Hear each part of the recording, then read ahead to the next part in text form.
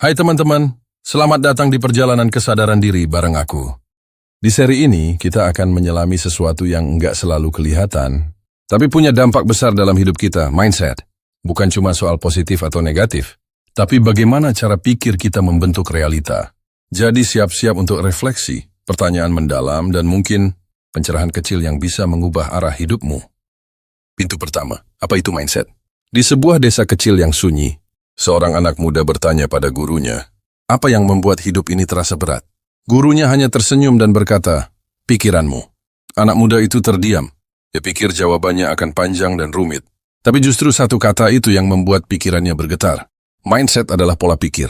Ia adalah cara kita memandang dunia, diri sendiri, dan orang lain. Ya seperti kacamata. Kalau lensa kita kotor, dunia pun terlihat suram. Dan banyak dari kita tidak sadar sedang memakai kacamata itu seumur hidup.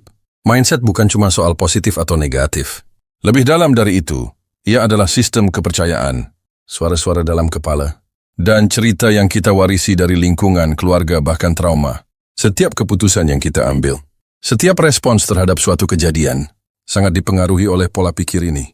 Ia menjadi fondasi dari hidup kita.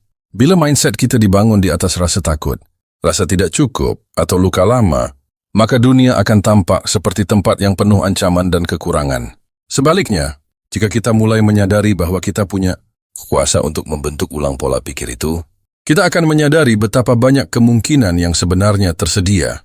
Kesadaran, titik awal semua perubahan. Perubahan sejati tidak dimulai dari tindakan, tapi dari kesadaran. Kita bisa mengganti rutinitas, pekerjaan, bahkan lingkungan, tapi kalau mindset kita masih sama, kita hanya pindah masalah. Bayangkan seorang petani yang selalu mengeluh tentang tanahnya. Ia pindah ke ladang baru, tapi tetap membawa benih yang buruk. Apa yang akan tumbuh? Masalah yang sama. Perubahan sejati dimulai dari benih yang baru. Dari kesadaran akan pola pikir yang kita bawa. Kesadaran bukan hanya tahu. Ia adalah proses mengalami kehadiran. Ketika kita sadar bahwa kita sedang marah, maka marah itu tidak mengendalikan kita. Ketika kita sadar bahwa kita sedang takut, maka kita punya pilihan untuk tidak dikuasai rasa takut itu. Dalam dalaman kehidupan sehari-hari, banyak dari kita berjalan di mode autopilot. Kita bangun, beraktivitas, merespons dunia secara reaktif, lalu tidur. Hari berganti tanpa ada ruang untuk bertanya, kenapa aku berpikir seperti ini? Kenapa aku bereaksi seperti ini? Kesadaran membuka ruang itu. Ruang untuk mengamati. Ruang untuk berhenti sejenak sebelum bertindak. Di sanalah awal mula transformasi batin terjadi. Mindset tetap versus mindset bertumbuh.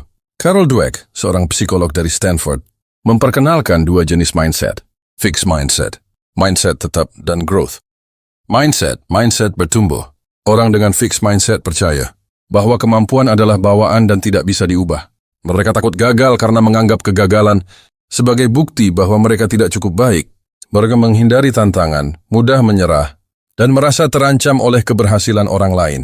Sebaliknya, orang dengan growth mindset percaya bahwa kemampuan bisa berkembang lewat usaha, ketekunan, dan belajar. Mereka melihat kegagalan sebagai kesempatan untuk tumbuh, bukan sebagai akhir dari segalanya. Tapi menariknya, tidak ada orang yang sepenuhnya fix atau growth. Kita semua berada dalam spektrum yang bergerak. Di satu area kita bisa sangat terbuka dan ingin belajar, tapi di area lain kita bisa tertutup dan takut disalahkan. Kesadaran terhadap jenis mindset ini membuat kita mampu menilai, di area mana aku butuh tumbuh? Apa tantangan yang selama ini kuhindari karena takut terlihat lemah?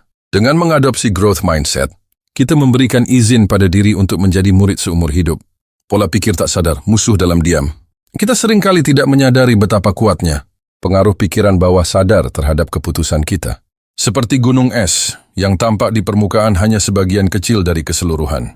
Pikiran sadar adalah permukaan, tetapi yang mengarahkan hidup kita lebih banyak berasal dari kedalaman. Pola pikir yang tak disadari ini bisa muncul dalam bentuk perasaan tidak layak, keyakinan bahwa hidup adalah perjuangan terus-menerus, atau bahwa kebahagiaan hanya untuk orang lain. Semua ini terbentuk dari pengalaman masa kecil, pendidikan, dan lingkungan. Ketika keyakinan ini tidak ditantang, ia menjadi kebenaran palsu yang membentuk kenyataan kita. Latihan mindfulness, journaling, dan refleksi harian dapat menjadi alat untuk mulai melihat pikiran bawah sadar ini. Saat kita menyadari pola, kita bisa memilih untuk mengubahnya. Ini bukan pekerjaan satu malam. Tapi setiap kali kita menangkap satu pikiran lama dan memilih pikiran baru, kita sedang membangun masa depan yang berbeda. Menerobos batas diri, tantangan sebagai guru, Banyak dari kita hidup dalam sangkar yang tak terlihat. Kita menyebutnya zona nyaman. Di dalamnya kita merasa aman, tetapi juga stagnan. Tantangan adalah pintu keluar dari sangkar itu. Tapi tantangan seringkali datang dengan rasa takut. Takut gagal, takut ditolak, takut terlihat bodoh. Padahal, justru di balik tantangan, potensi sejati kita ditemukan. Seperti otot yang tumbuh karena tekanan, jiwa pun tumbuh karena perjuangan. Setiap kali kita menghadapi kesulitan, kita punya dua pilihan, menghindar atau bertumbuh. Dengan mindset bertumbuh, kita bisa mulai melihat tantangan sebagai guru kehidupan. Mereka tidak datang untuk menghancurkan, tetapi untuk membentuk versi terbaik dari diri kita. Suara dalam kepala, dialog yang membentuk realita. Aku nggak bisa. Aku selalu gagal. Aku memang seperti ini. Kalimat-kalimat ini sering muncul dalam kepala kita. Suara dalam kepala bisa sangat meyakinkan meskipun tidak selalu benar. Bahkan seringkali, suara itu adalah hasil dari kritik masa lalu yang kita serap dan ulang-ulang sendiri. Ketika kita tidak sadar akan dialog internal ini, kita hidup di bawah bayang-bayangnya. Tapi jika ini kita dimulai mengamati, bahkan menulis suara-suara itu, kita akan menemukan pola. Kita bisa bertanya, siapa yang pertama kali mengatakan ini padaku? Apakah suara ini membantuku atau malah menjatuhkanku? Mengganti suara ini tidak mudah, tapi dimulai dengan kesadaran. Kita bisa mulai berbicara pada diri sendiri seperti berbicara pada sahabat. Ya, dengan kasih, pengertian, dan dukungan. Pikiran adalah energi. Apa yang kita fokuskan membesar. Pikiran bukanlah sesuatu yang netral. Ia membawa energi. Ketika kita fokus pada kekurangan, dunia akan tampak sempit. Ketika kita fokus pada kelimpahan, dunia terasa luas. Energi mengikuti fokus. Ini bukan sekadar kalimat motivasi, tapi hukum kehidupan. Pikiran negatif menarik pengalaman negatif. Bukan karena dunia berubah, tapi karena persepsi kita yang berubah. Latihan, syukur, afirmasi positif, dan visualisasi adalah cara untuk mengarahkan ulang fokus. Mereka bukan sekadar ritual, tapi cara untuk memprogram ulang pola energi yang kita pancarkan ke semesta. Menerima diri, fondasi dari mindset sehat. Salah satu langkah paling radikal dalam pertumbuhan pribadi adalah menerima diri apa adanya. Bukan menerima untuk berhenti berkembang, tapi menerima sebagai fondasi untuk berubah. Kita hidup dalam budaya yang selalu menuntut, lebih kurus, lebih pintar, lebih sukses. Tapi selama kita mengejar perubahan dari tempat benci terhadap diri, hasilnya tidak pernah cukup. Menerima berarti mengakui bahwa kita layak dicintai, bahkan di tengah kekurangan.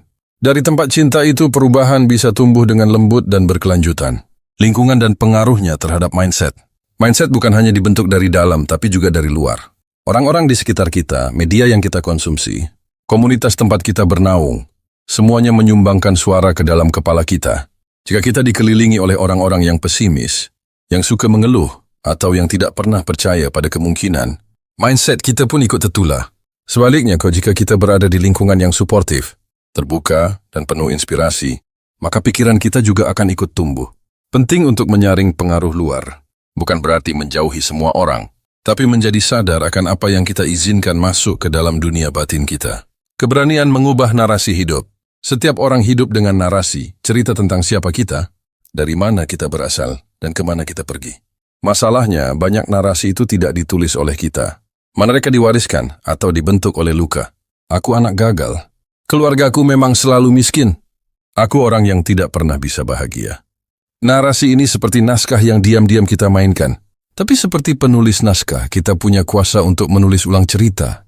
Dimulai dari satu pertanyaan. Apa cerita yang selama ini aku yakini tentang diriku? Apakah aku siap mengubahnya? Luka lama dan pola berulang. Sering kali dalam hidup, kita menemui pola-pola yang sama. Jatuh cinta pada tipe orang yang sama. Gagal di momen penting, atau merasa selalu kurang meski sudah bekerja keras. Ini bukan kebetulan, tapi jejak luka lama yang belum selesai. Luka emosional dari masa lalu menciptakan keyakinan yang merembes ke dalam cara kita hidup. Ketika luka tidak disembuhkan, ia menjadi lensa yang membentuk cara kita melihat dunia. Kita menjadi pencipta realitas yang menyakiti diri sendiri, hanya karena itu yang terasa normal. Menyadari pola ini adalah awal perubahan.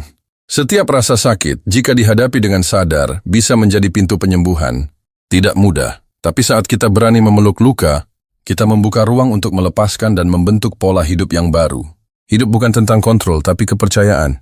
Kita diajarkan untuk mengontrol segalanya, hasil ujian, masa depan, bahkan pendapat orang lain. Tapi semakin kita berusaha mengontrol, semakin hidup terasa lelah dan menekan. Kesadaran membawa kita pada pemahaman bahwa hidup bukan untuk dikontrol, tapi untuk dipahami dan dipercaya. Seperti aliran sungai, hidup punya arusnya sendiri. Kita bisa memilih perahu yang baik, tapi tidak bisa memaksa sungai mengalir ke arah lain. Belajar percaya pada proses adalah bentuk kedewasaan batin. Ini bukan berarti pasrah, tapi memahami bahwa ada kebijaksanaan dalam setiap momen, bahkan saat keadaan tak sesuai harapan. Kegagalan bukan lawan, tapi cermin. Setiap kegagalan membawa pesan. Yesus adalah guru yang mengungkapkan bagian dari diri kita yang belum selesai. Tapi kebanyakan dari kita terlalu sibuk menyalahkan diri atau merasa malu, hingga lupa mendengarkan apa yang ingin disampaikan kegagalan. Mindset sadar melihat kegagalan sebagai refleksi. Apa yang bisa kupelajari? Apa pola yang terulang? Di mana aku belum jujur pada diri sendiri? Kegagalan bukan titik akhir, tapi jeda untuk merenung dan menyusun ulang arah. Mereka yang besar bukan karena tak pernah gagal, tapi karena mereka mampu membaca kegagalan dengan mata yang baru. Mengurai ego, menemukan diri. Ego adalah bagian dari kita yang ingin selalu benar, terlihat baik, dan merasa lebih dari yang lain. Tapi semakin kita hidup dari ego, semakin kita menjauh dari keaslian. Kesadaran mengajak kita mengamati ego tanpa menghakimi. Ketika kita mulai sadar bahwa amarah kita berasal dari luka, bahwa kesombongan kita berasal dari ketakutan, kita mulai menyentuh kedalaman diri. Melepaskan ego bukan berarti kehilangan jati diri, tapi justru menemukan versi diri yang lebih tenang, terbuka, dan sejati. Makna di balik keheningan. Kita hidup dalam dunia yang bising, media sosial, notifikasi, percakapan tanpa hak. Orang-orang dalam hidup kita adalah cermin. Mereka memantulkan sisi diri yang mungkin kita sembunyikan. Pasangan, sahabat, keluarga, semua membawa pelajaran tentang cinta, batasan dan pengampunan. Ketika kita sadar, kita berhenti menyalahkan orang lain dan mulai bertanya, apa yang bisa aku pelajari dari interaksi ini? Ya, kita mulai melihat konflik bukan sebagai ancaman, tapi sebagai pintu masuk menuju pemahaman diri. Hubungan yang sehat bukan tanpa konflik, tapi yang dibangun dengan kesediaan untuk tumbuh bersama, bahkan dalam luka, melatih keberadaan penuh. Seringkali tubuh kita ada di satu tempat, tapi pikiran kita di masa lalu atau masa depan. Kita hidup dalam ilusi waktu dan kehilangan saat ini. Keberadaan penuh adalah kemampuan untuk hadir sepenuhnya dalam momen. Saat makan benar-benar merasakan makanan. Saat bicara, benar-benar mendengar. Ini latihan yang sederhana tapi transformatif. Hadir sepenuhnya adalah bentuk penghormatan pada hidup. Karena satu-satunya waktu yang nyata adalah sekarang. Mengubah pertanyaan, mengubah hidup. Kualitas hidup kita ditentukan oleh kualitas pertanyaan yang kita ajukan. Kenapa aku gagal? Berbeda jauh dengan apa yang bisa kupelajari dari ini. Pertanyaan adalah pintu menuju mindset. Mereka membuka kemungkinan baru atau menutupnya. Pertanyaan yang penuh rasa ingin tahu, bukan penilaian. Mengajak kita melihat dunia dengan mata anak kecil, penuh keajaiban. Mulailah bertanya lebih dalam. Apa yang benar-benar penting bagiku? Apa yang membuatku merasa hidup? Siapa aku tanpa pencapaian? Kesadaran dan pilihan. Kita tidak selalu bisa memilih apa yang terjadi, tapi kita selalu bisa memilih bagaimana merespon. Inilah kekuatan dari kesadaran. Tanpa kesadaran, kita hidup seperti robot, bereaksi, marah, cemas, tanpa tahu kenapa. Tapi dengan kesadaran, kita punya jeda. Di dalam jeda itu ada pilihan. Dan pilihan adalah bentuk tertinggi kebebasan. Semakin sadar kita, semakin bebas hidup kita. Karena kita tak lagi dikendalikan oleh masa lalu, tapi memimpin diri di saat ini. Menjadi rumah bagi diri sendiri. Pada akhirnya perjalanan mindset bukan tentang menjadi orang lain, tapi pulang ke diri sendiri. Menjadi rumah yang hangat bagi pikiran, perasaan, dan jiwa kita. Kita tak perlu sempurna untuk dicintai. Kita hanya perlu hadir dan menerima diri apa adanya. Dari tempat itulah keajaiban hidup mulai tumbuh. Kesadaran adalah perjalanan yang tak pernah selesai. Tapi setiap langkah yang kita ambil, sekecil apapun, membawa kita lebih dekat ke kehidupan yang lebih jujur, damai, dan bermakna. Terima kasih telah berjalan sejauh ini. Dunia luar mungkin tak banyak berubah, tapi dunia dalammu kini berbeda. Terima kasih sudah menyimak sampai akhir. Semoga apa yang kita bahas hari ini bisa membuka ruang baru dalam pikiran dan hatimu. Jangan lupa untuk like dan share, dan subscribe kalau kamu merasa konten ini bermanfaat. Dan ingat, perubahan besar selalu dimulai dari kesadaran kecil. Sampai jumpa di episode selanjutnya.